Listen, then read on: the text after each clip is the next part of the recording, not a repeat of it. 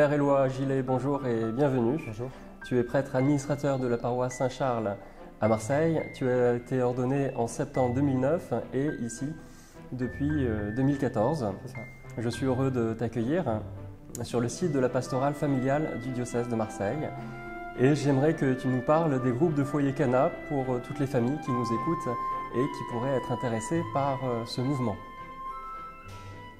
Et donc quand je suis arrivé en 2014 à la paroisse, il y avait une équipe Cana qui était déjà sur la paroisse. Et donc on m'a demandé d'assurer un peu le suivi, l'aumônerie de cette équipe. Voilà.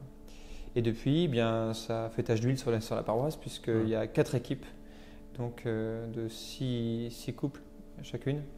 Donc ouais, ça répond à une certaine demande aussi de formation, de prière ensemble,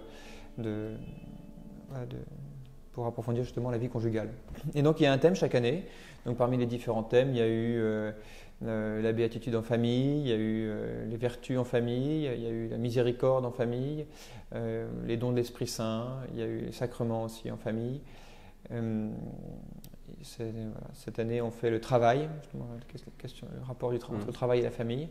Donc voilà, c'est des thèmes qui sont appelés à se concrétiser dans la vie familiale. C'est pas juste une réflexion intellectuelle, mais comment ça s'articule avec notre vie concrète. Alors comment se déroule une réunion classique? Eh bien, donc la réunion, comme je disais, elle se prépare en amont. Déjà, chaque foyer doit prendre au moins 3 quarts d'heure, 1 heure pour travailler le TD qui lui a été envoyé. Et puis, au cours de la réunion, eh bien, ça commence par un temps de prière déjà. Un temps de prière que chaque foyer qui reçoit prépare. Et puis… vous tournez à tour de rôle voilà, donc ça se passe dans les foyers. Voilà, pour ceux qui peuvent accueillir, parce que parfois quand on est 6 couples, voilà, il faut avoir un peu la logistique, les moyens d'accueillir. Mais en tout cas, idéalement, ça tourne dans les différents foyers. Et puis, après la prière, on passe à l'apéritif, parce que ça s'appelle un groupe Cana. C'est pour se souvenir que le premier miracle que Jésus a fait, c'est aux noces de Cana, pour montrer qu'il vient bénir la famille. Voilà. Et voilà, il l'a béni en donnant ce vin, le vin qui figure le vin nouveau qu'il lui-même va nous donner, en son propre sang. Et donc, on commence par un apéritif au cours duquel eh bien, le prêtre aumônier fait une présentation du thème, un petit topo introductif en fait. Et puis après ça, on passe à table et là, eh bien, on va brosser les différentes questions du TD. Et donc c'est là qu'il y a un échange entre ce que chacun peut apporter un peu sous la houlette du prêtre. Parce que l'intérêt, c'est d'essayer d'approfondir aussi le magistère de l'Église, de l'articuler un peu avec notre vie concrète. Voilà. Et si jamais quelqu'un, à la suite de cette vidéo, en la regardant sur le site de la pastorale familiale du diocèse, était intéressé par ce mouvement, oui. Quelle serait la démarche à suivre pour rejoindre une équipe ou créer une équipe? Ils peuvent déjà prendre contact avec nous pour qu'on puisse un peu leur expliquer plus en détail le déroulement, le fonctionnement en tout cas des groupes Cana.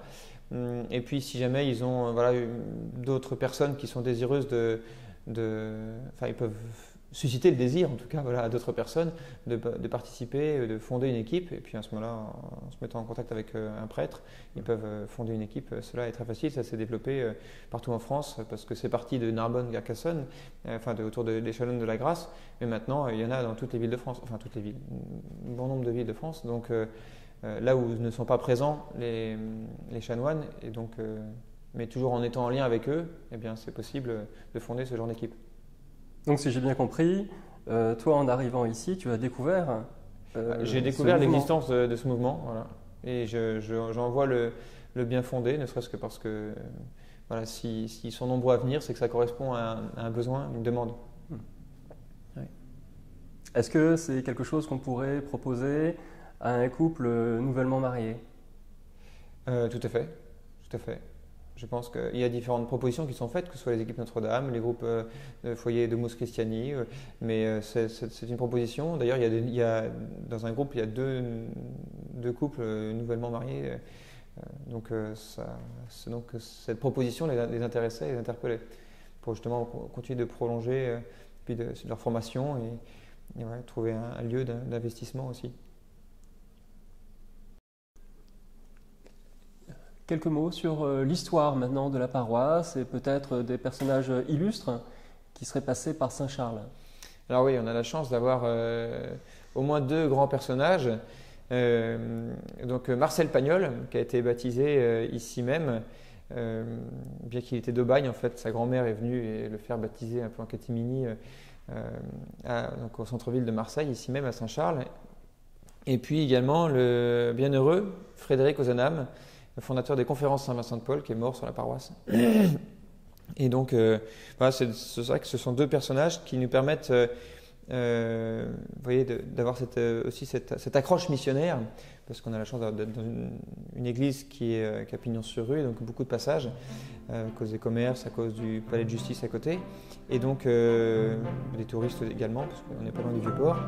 Et donc voilà, c'est une bonne accroche, parce que tout le monde connaît plus ou moins Marcel Pagnol, et donc c'est une bonne manière de les faire rentrer dans l'église, et ensuite de leur faire découvrir d'autres éléments de l'église, et voilà, de leur distribuer, leur faire connaître l'évangile qu'on peut leur distribuer.